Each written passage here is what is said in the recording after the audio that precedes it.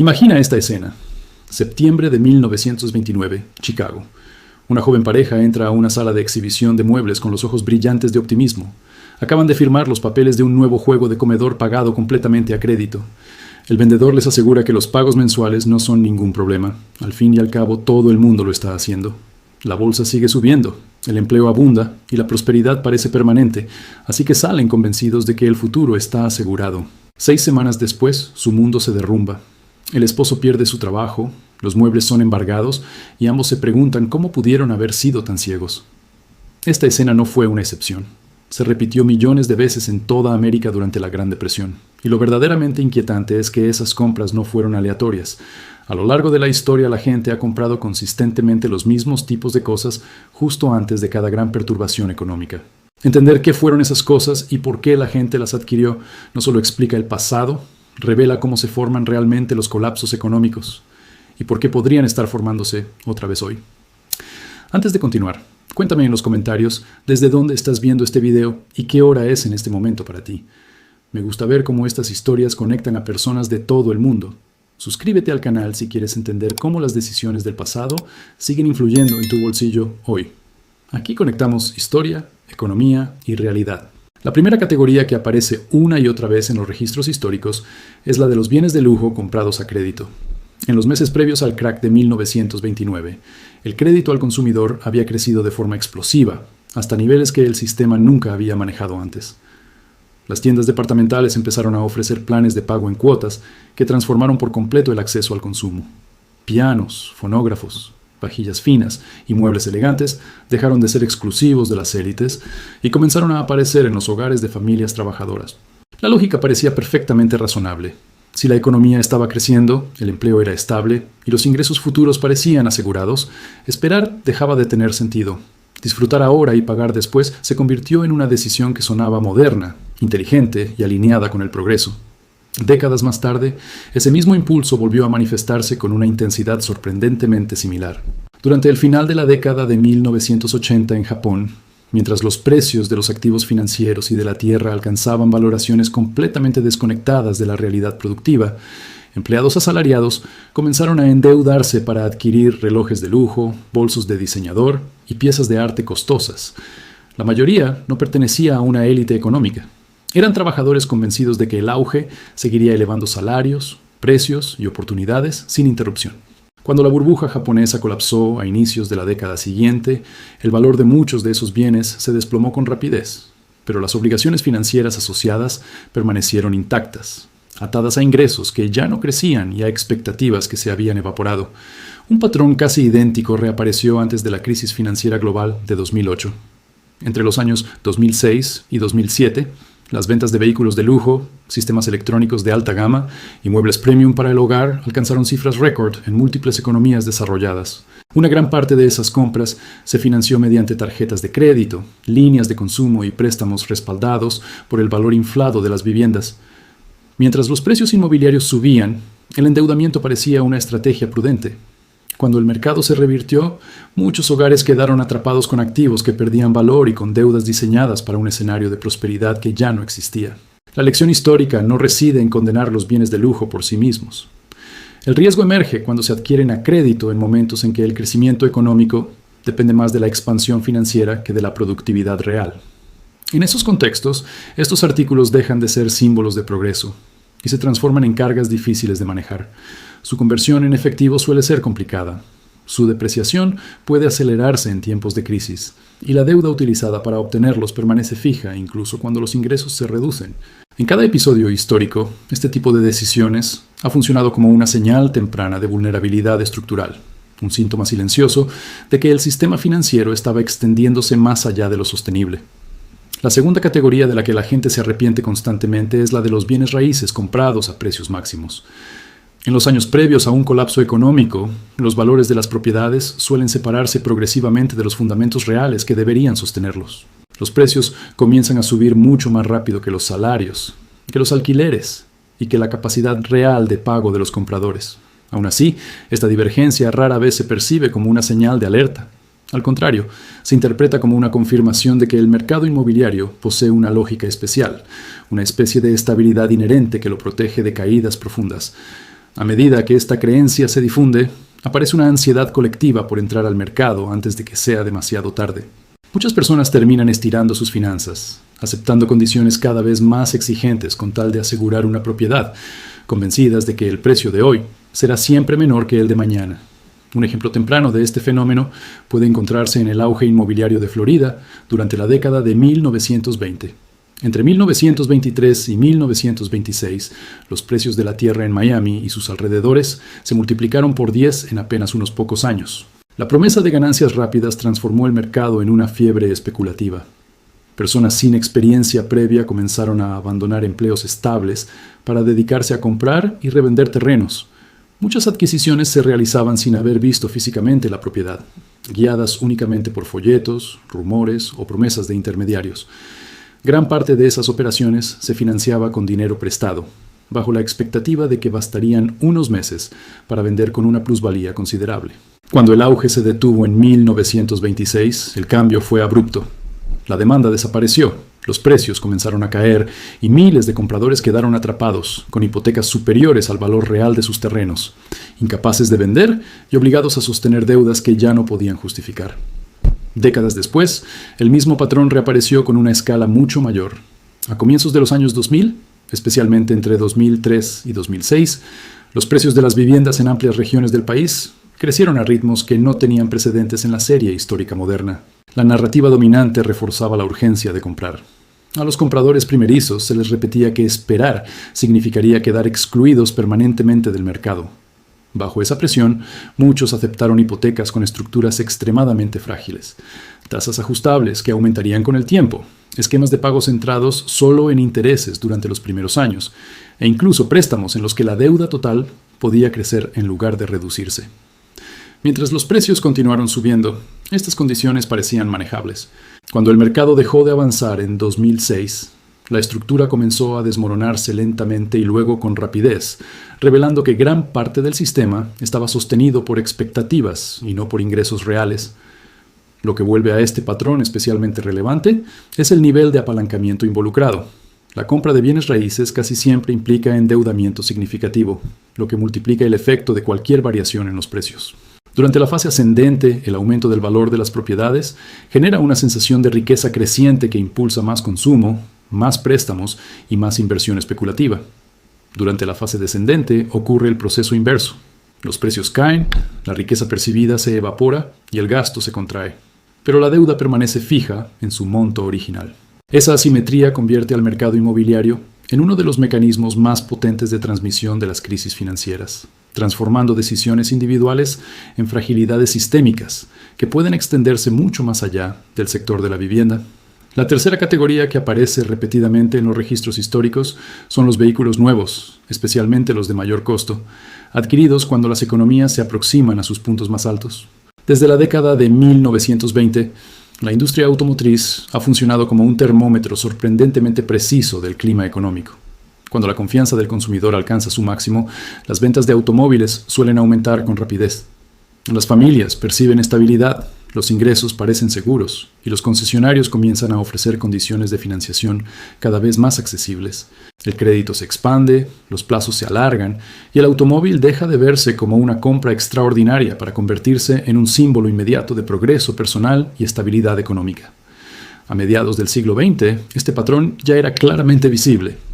En 1955, cuando la economía se acercaba gradualmente a la desaceleración que culminaría en la recesión de 1957, los fabricantes de automóviles introdujeron planes de pago más extensos que transformaron el mercado. Los préstamos a 5 años, que anteriormente parecían excesivos, comenzaron a normalizarse. Esta ampliación del crédito permitió que familias que jamás habían asumido deudas significativas pasaran a deber sumas considerables en bienes que perdían valor con rapidez desde el momento en que salían del concesionario. Mientras el empleo se mantuvo sólido, estas obligaciones parecían manejables. Cuando la recesión llegó y el desempleo empezó a crecer, los embargos de vehículos aumentaron con rapidez, revelando la fragilidad de esa expansión basada en crédito prolongado. Las compras de automóviles resultan especialmente problemáticas antes de las disrupciones económicas por una combinación muy concreta de factores.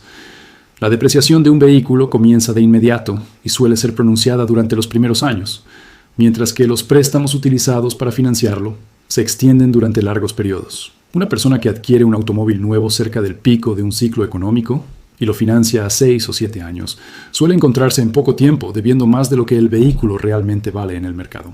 Mientras los ingresos se mantienen estables, esta diferencia permanece oculta. Si la economía se contrae, los salarios se reducen o el empleo se vuelve incierto. La deuda deja de ser una cifra manejable y se convierte en una carga que limita opciones. En ese contexto, el automóvil deja de representar movilidad y progreso para transformarse en una obligación difícil de sostener. Un ejemplo claro de cómo decisiones de consumo aparentemente razonables pueden amplificar la vulnerabilidad financiera cuando el ciclo económico cambia de dirección. La cuarta categoría es quizás la más reveladora desde el punto de vista psicológico. Las inversiones en habilidades o credenciales que solo tienen sentido dentro de una economía en expansión. Durante los periodos de auge, ciertos sectores concentran la atención pública y se perciben como rutas rápidas hacia la prosperidad. Los medios hablan de nuevas oportunidades, los salarios parecen subir con facilidad y las historias de éxito se multiplican. En ese entorno, la formación profesional deja de responder únicamente a intereses personales o a necesidades estructurales del mercado laboral y comienza a alinearse con las modas económicas del momento. Aparecen programas educativos, cursos especializados y certificaciones diseñadas para insertar rápidamente a las personas en esos sectores en crecimiento.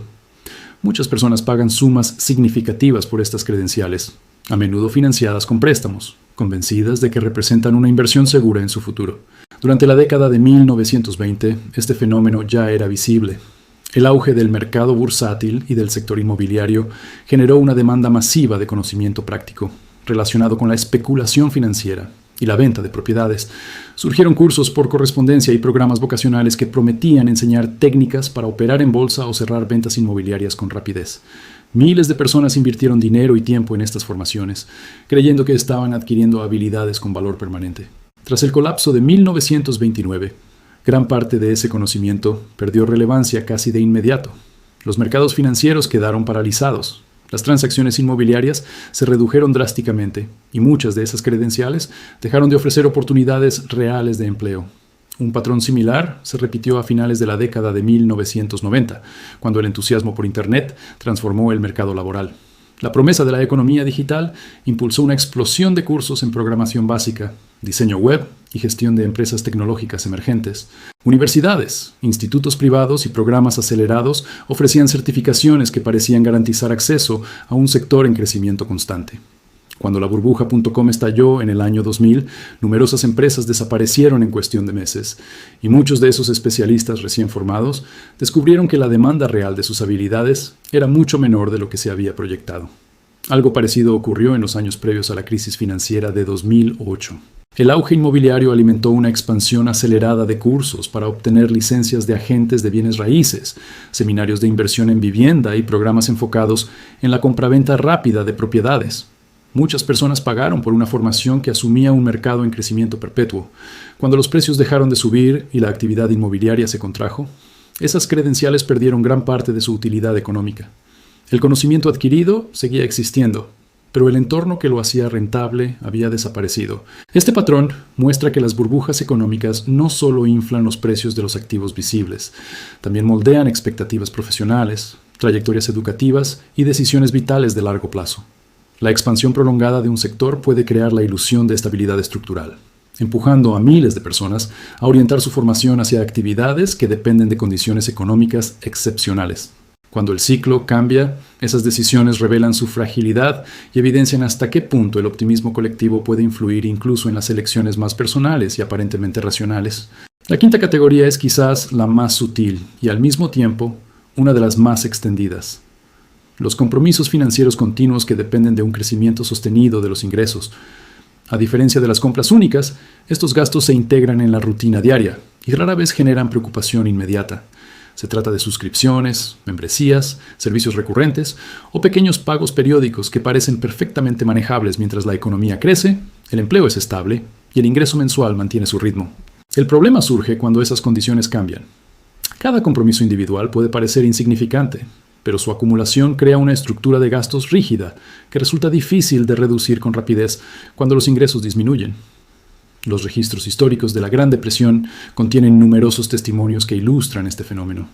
Familias que habían organizado su vida alrededor de pequeños pagos mensuales se encontraron atrapadas cuando el empleo desapareció o los salarios se redujeron. Entregas regulares de leche, primas de seguros, cuotas de clubes sociales y compras a plazos representaban apenas unos pocos dólares al mes por separado. Sin embargo, en conjunto, formaban una red de obligaciones que absorbía recursos escasos. Estos gastos no se percibían como lujos, sino como parte normal de la vida cotidiana, lo que hacía más difícil cancelarlos rápidamente. A medida que la crisis se profundizaba, muchas familias descubrieron que incluso compromisos aparentemente modestos podían convertirse en una carga abrumadora cuando el flujo de ingresos se interrumpía. La versión moderna adopta formas distintas, aunque responde a la misma lógica. Membresías de gimnasios, servicios de streaming, cajas de suscripción enviadas periódicamente, planes telefónicos premium y plataformas digitales con cobros automáticos se acumulan gradualmente en los presupuestos domésticos. Cada uno parece trivial en aislamiento, un gasto menor que apenas se nota dentro de un contexto de prosperidad. Sin embargo, cuando decenas de estos compromisos se suman, el resultado es una estructura de pagos mensuales sorprendentemente pesada. Muchos hogares que entraron en la recesión de 2008 con este tipo de gastos descubrieron que, incluso después de eliminar los lujos más visibles, el dinero seguía saliendo con rapidez debido a estos compromisos silenciosos. La naturaleza más compleja de los modelos de suscripción reside en su diseño. Funcionan en segundo plano, con cobros automáticos que rara vez exigen atención activa. Su presencia constante reduce la percepción de gasto y dificulta identificar cuánto se destina realmente a ellos cada mes. En periodos de expansión económica, este sistema se integra sin fricción en la vida cotidiana. Cuando el entorno cambia, esos mismos compromisos revelan su peso acumulado y evidencian cómo decisiones pequeñas y repetidas pueden convertirse en una vulnerabilidad financiera significativa cuando el crecimiento deja de sostenerlas. Entender por qué las personas realizan consistentemente este tipo de compras antes de las disrupciones económicas requiere observar no solo los datos financieros, sino también la psicología colectiva que se forma durante los periodos de expansión. Las expansiones económicas no se limitan a aumentar la riqueza medida en cifras. Transforman la percepción del riesgo, redefinen las expectativas sobre el futuro y alteran la idea de lo que se considera normal dentro de la vida económica cotidiana. Con el paso del tiempo, lo excepcional empieza a parecer permanente y lo prudente comienza a percibirse como innecesariamente conservador. Durante los auges prolongados, la experiencia reciente adquiere un peso desproporcionado en la toma de decisiones. Si los precios de los activos han subido durante 5 años consecutivos, esa tendencia comienza a sentirse menos como una fase del ciclo y más como una condición estable del sistema. El cerebro humano está diseñado para detectar patrones y proyectarlos hacia el futuro, incluso cuando esos patrones son temporales. Una persona que solo ha vivido en un entorno donde las viviendas aumentan de valor, el empleo se mantiene sólido y el crédito es accesible, tiene dificultades reales para concebir un escenario opuesto. Esta reacción no surge de falta de inteligencia, sino de la manera en que la mente interpreta la continuidad como señal de permanencia. A este fenómeno se suma la presión social que se desarrolla durante los auges. A medida que más personas alrededor adoptan comportamientos de consumo visibles, se forma una referencia colectiva que redefine lo que parece razonable. Cuando vecinos, colegas o familiares comienzan a adquirir vehículos nuevos, renovar sus hogares o realizar viajes costosos, abstenerse de hacerlo puede sentirse como una forma de retroceso personal. El efecto de comparación social se intensifica conforme el auge se prolonga, generando una sensación de urgencia silenciosa. Muchas decisiones de gasto terminan respondiendo menos a cálculos financieros detallados y más a la necesidad de mantenerse alineado con el entorno inmediato. La disponibilidad de crédito sigue una trayectoria igualmente predecible dentro de estos ciclos. En las primeras fases de una expansión, las instituciones financieras suelen conservar criterios relativamente estrictos, influenciadas por la memoria reciente de la última crisis. Con el paso de los años, esa cautela se debilita. Cada periodo prolongado sin sobresaltos refuerza la percepción de estabilidad, lo que lleva a una relajación gradual de los estándares de préstamo. Hacia las etapas finales del auge, el crédito tiende a fluir con facilidad hacia una base mucho más amplia de prestatarios. Esta expansión del financiamiento permite que las personas realicen compras que, en otras circunstancias, quedarían fuera de su alcance. Al mismo tiempo, esa abundancia de crédito oculta las tensiones subyacentes del sistema, prolongando la ilusión de solidez, incluso cuando la estructura económica comienza a mostrar señales de fragilidad. Los registros históricos también muestran un patrón muy consistente en la forma en que circula la información durante los periodos de auge. A medida que la economía se expande y los precios suben, el discurso público tiende a inclinarse cada vez más hacia el optimismo. Analistas, comentaristas y expertos que proyectan crecimiento continuo reciben mayor atención, más espacio en los medios y una audiencia más receptiva. Quienes expresan cautela o señalan riesgos estructurales suelen ser percibidos como excesivamente pesimistas o incapaces de comprender la supuesta transformación del sistema económico. Este fenómeno rara vez responde a coordinación deliberada. Surge de un proceso natural de selección de mensajes. Durante los buenos tiempos, las narrativas optimistas se difunden con facilidad porque coinciden con el estado emocional dominante y con las expectativas colectivas de progreso. El momento en que se realizan muchas de las compras más problemáticas también sigue un patrón claro. Suelen concentrarse en el último año o los 2 últimos años antes de una gran disrupción económica. En esa fase tardía del ciclo, varios factores convergen simultáneamente. Los precios de los activos ya han subido de forma sustancial, lo que genera una sensación extendida de que la oportunidad podría desaparecer en cualquier momento. El crédito alcanza su mayor disponibilidad, con condiciones de financiación que facilitan decisiones rápidas. Al mismo tiempo, la presión social se encuentra en su punto más intenso, reforzando la idea de que participar en el auge es una señal de sensatez y que abstenerse implica quedarse atrás. Lo más llamativo es que las etapas finales de los auges suelen percibirse como las más seguras. La expansión ha durado lo suficiente como para que los escépticos hayan sido desacreditados repetidamente por la realidad inmediata. Cada año adicional de crecimiento parece confirmar que el sistema ha encontrado una nueva estabilidad. Personas que mantuvieron posturas prudentes observan cómo otros obtienen ganancias visibles, lo que refuerza la sensación de haber perdido oportunidades.